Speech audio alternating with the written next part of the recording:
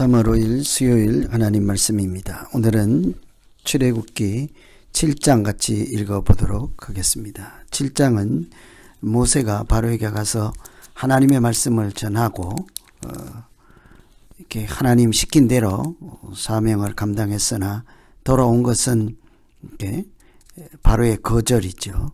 또 낙심뿐이었습니다.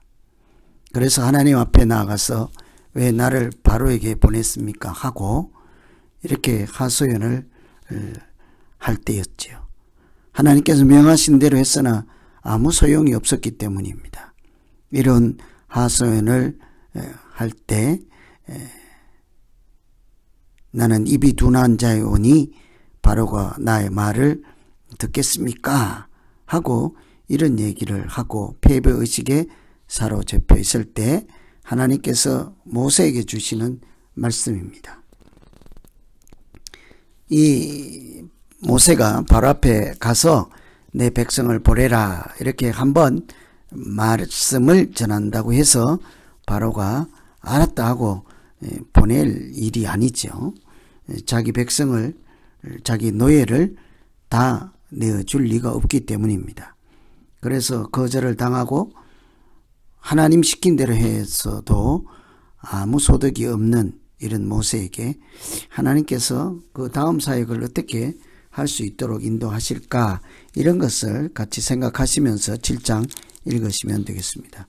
우선은 1절에 보시면 여호와께서 모세에게 이르시되 볼지어다 내가 너를 바로에게 신같이 되게 하였은즉 내 형 아론은 내 대언자가 되리라. 하나님은 낙심하고 좌절에 있는 모세에게 너 자신을 알라 이렇게 말씀하시죠. 내가 너를 바로에게 신과 같이 되게 하셨다. 여러분 아시는 대로 출애굽은 신들의 전쟁이라고 할 수 있습니다. 바로는 태양의 아들입니다. 그러니 태양신이라는 내용이죠. 바로는 태양신의 아들 곧 태양이요 신적인 존재입니다. 모세는 하나님의 아들이죠. 그래서 태양신과 모세가 섬기는 하나님과 두 사이의 전쟁이죠.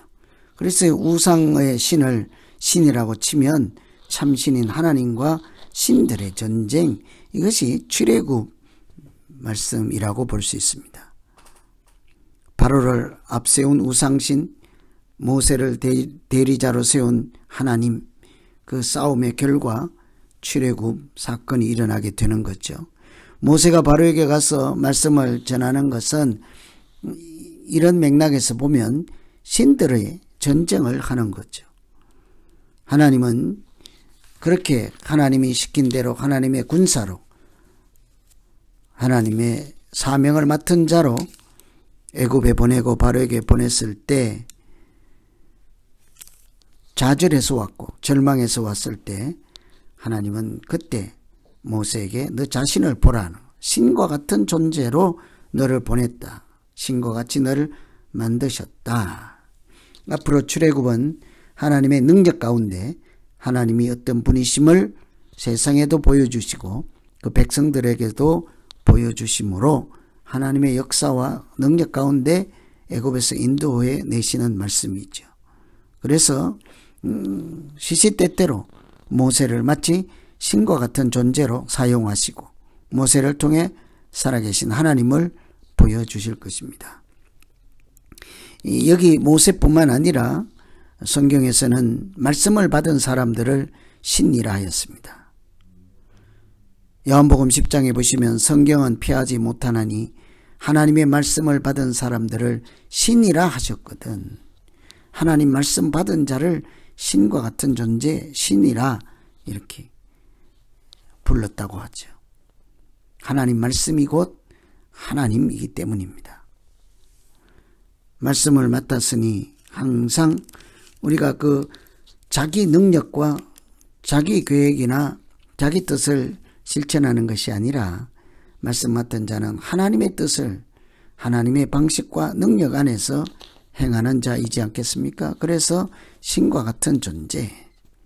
모세가 절망하고 좌절해 있을 때 하나님은 그에게 너를 신과 같은 존재로 되게 하셨다. 바로 앞에 너는 신과 같은 존재이다, 이런 것을 알게 하심으로 모세가 사명을 감당할 수 있게 하시죠.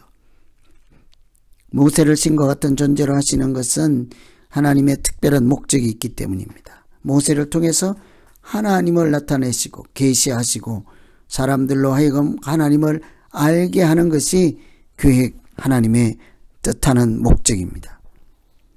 7장 4절에 보시면 바로가 너희의 말을 듣지 아니할 터인즉 내가 내 손을 애굽에 뻗쳐 여러 큰 심판을 내리고 내 군대 내 백성 이스라엘 자손을 그 땅에서 인도하여 낼 것이라. 하나님께서 그 땅에 심판을 내리실 것을 말씀하시고 바로에게 가서 말씀을 전하더라도 듣지 않을 것까지 다 아시고 그럼에도 불구하고 그들을 그 땅에서 인도해 내겠다 하시죠. 그것은 5절에 보시면 내가 내 손을 애굽 위에 펴서 이스라엘 자손을 그 땅에서 인도해 낼 때에야 애굽 사람이 나를 여호와인 줄을 알리라. 하나님은 그 땅에 있는 사람들도 하나님이 살아계신 참 하나님이신 것을 알게 하는 것이 하나님이 의도하는 바였습니다. 출애굽의 목적이기도 합니다. 출애굽은 이스라엘 백성들을 구원하는 이야기도 하지만 그 과정 가운데 하나님이 어떤 분이신 것을 애굽에도 보여주시고 그 백성들에게도 보여주셔서 하나님의 목적하시는 바는 하나님을 알게 하는 것입니다. 온 세상이 하나님을 아는 자로 가득해서 그곳에 하나님 나라가 세워지고 그곳에 하나님의 뜻이 이루어지는 것을 하나님이 원하시는 거죠. 그래서 우리 모든 사역자들, 하나님 백성들이 항상 기억하고 염두에 둘 것은 어떤 일을 잘 감당하는 것이 아니라 그 모든 자들에게 하나님을 알게 하는 것이 근본 목적이라는 것을 기억할 필요가 있겠습니다. 때로는 같이 일하다가도 하나님을 전혀 생각지 않고 사람들끼리 사람의 감정이나 방법이나 열심이나 이런 게 부딪히고 문제가 되죠. 그러니 그들 통해서는 하나님이 알려지지 않고 드러나지도 않고 보여지지도 않습니다. 그러니까 우리가 무엇을 하더라도 우리가 하는 그 일 자체가 아니라 하나님을 알게 하는 것이 목적인 것을 기억만 한다면 우리는 일을 감당하는 태도도 다를 것이고 믿음 생활을 다르게 역사할 것입니다. 이처럼 하나님이 절망 가운데 있는 모세를 다시 바로에게 보낼 때 너를 신과 같은 존재로 되게 하시고 뿐만 아니라 내가 백성을 인도해 낼 것이라. 내가 이 땅에 심판을 내리고 내 군대 내 백성을 그 땅에서 인도해 낼지라. 인도하여 내시는 분은 하나님이심을 분명히 하고 계십니다. 애굽에서 이스라엘 백성들을 구원하시고 건져내셔서 약속의 땅으로 가게 하시는 분은 모세가 아니라 하나님이신 것을 밝히고 계시죠. 이렇게 바로에게 신과 같은 존재가 되게 할 뿐만 아니라 아론에게도 손에 들고 있는 지팡이를 던져서 뱀이 되게 하라고 하였습니다. 아론이 바로와 그 신 앞에 자기 지팡이를 던지니 하나님 말씀대로 뱀이 되었고 다른 사람도 지팡이를 던져서 뱀이 되었지만 아론의 지팡이가 그들의 지팡이를 삼켰다 하는 것은 마치 앞으로 모세를 통해서 신들의 전쟁을 이끌어갈 하나님의 승리를 예언해 주는 것이죠. 아론의 지팡이는 하나님이 사용하시는 지팡이, 우상신들이 사용하는 지팡이를 다 삼켜버렸다. 신들의 전쟁인 것을 분명히 밝히고 있지 않습니까? 출애굽은 우상을 물리치고 하나님께서 참신인 것을 온 세상에 밝히 드러내시고 그들 백성들이 바로의 종, 태양신의 종이 아닌 하나님의 백성으로 살아가도록 인도하시는 것이 바로 출애굽기의 말씀이죠. 그래서 드디어 이렇게 모세와 아론을 다시 바로에게 보내지만 그 구원을 인도하시고 구원을 이루어 가시는 분은 하나님이신 것을 이미 말씀하신 대로 이제 드디어 그 땅에 하나님께서 심판을 내리기 시작했습니다. 첫 심판이 물이 피가 되게 하는 것이죠. 14절에 보시면 여호와께서 모세에게 이르시되 바로의 마음이 완악하여 백성 보내기를 거절하는도다. 심판의 동기입니다. 원인이죠. 그래서 하나님은 17절에 보시면 여호와가 이같이 이르노니 너가 이로 말미암아 나를 여호와인 줄 알리라. 볼지어다 내가 내 손의 지팡이로 나일강을 치면 그것이 피로 변한다. 나일강을 지팡이로 칠 때 물이 피로 바뀐다 하는 것은 단순히 물을 오염시켜서 사람들이 마시지 못하게 한다 이런 차원을 넘어서 나일강을 다스리고 있는 하피신, 나일강에서 신이 나일강을 붙잡고 있어서 깨끗하게 하고 먹을 수도 있게 하고 이렇게 하는 신이 있다는 거죠. 그 신은 우상신으로 하피신이었습니다. 나일강을 지키는 황소신이라는 것이죠.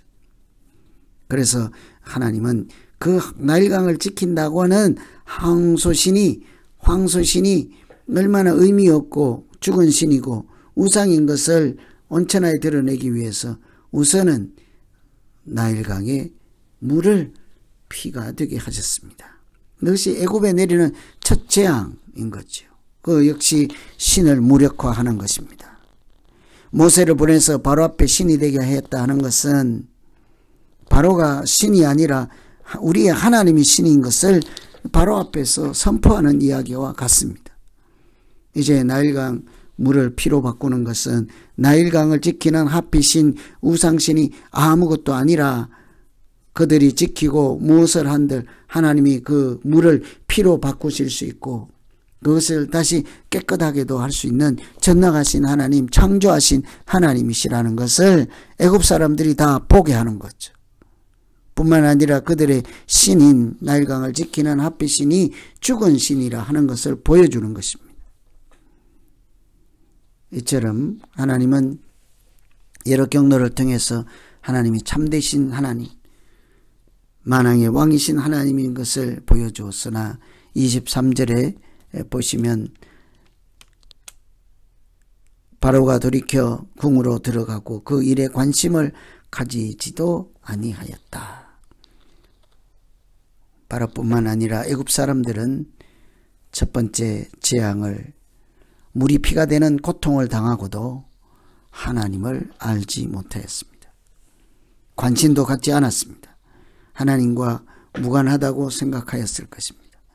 그래서 오늘 7장은 한번 바로 앞에 섰다가 좌절하고 돌아온 모세를 하나님께서 신과 같이 만드시고 권세를 주시고 권능을 주셔서 하나님의 뜻을 이루는 종들로 쓰시는 것을 볼 수가 있습니다. 그것은 다름 아닌 애굽에 하나님의 심판을 내려서 그냥 사람들로 하여금 무조건 항복하게 하는 것이 아니라 그들이 섬기는 신이 우상이고 무력화된 아무런 생명 없는 죽은 신이라 하는 것을 보여주시고 하늘에 계신 하나님이 참 하나님 되심을 선포하는 것이 출애굽 이야기이지요. 그래서 오늘은 첫 번째 물을 피로 만드는 이야기 말씀까지 읽으시고 다음부터 여기까지 재앙에 계속되는 두 번째 재앙부터 연속해서 읽으시면 되겠습니다. 기도하겠습니다. 하나님 아버지, 모세가 좌절하고 낙심하고 있을 때 하나님은 그를 불러서 너는 신과 같은 존재다. 내가 너를 신과 같은 존재로 만들었다 하고 그의 정체성, 그가 누구인지를 알게 하시고 뿐만이 아니라 모세가 하는 것이 아니라 내가 내 백성을 인도하여 낼 것이라 하시는 말씀 가운데 하나님이 출애굽을 직접 시키시는 이런 말씀을 볼 수가 있습니다. 그럼에도 불구하고 모세를 보내는 것은 바로 태양신의 아들인 바로와 하나님의 아들인 모세가 대리전을 하여서 누가 참신인 것을 온 세상에 드러내는 드라마 같은 이야기이지요. 그래서 이 말씀 가운데 하나님이 참 하나님이시고 우리가 우상을 섬기는 것이 얼마나 헛되고 헛된 일인 것을 다시 한번 깨달으면서 오늘 말씀 읽으시면 되겠습니다.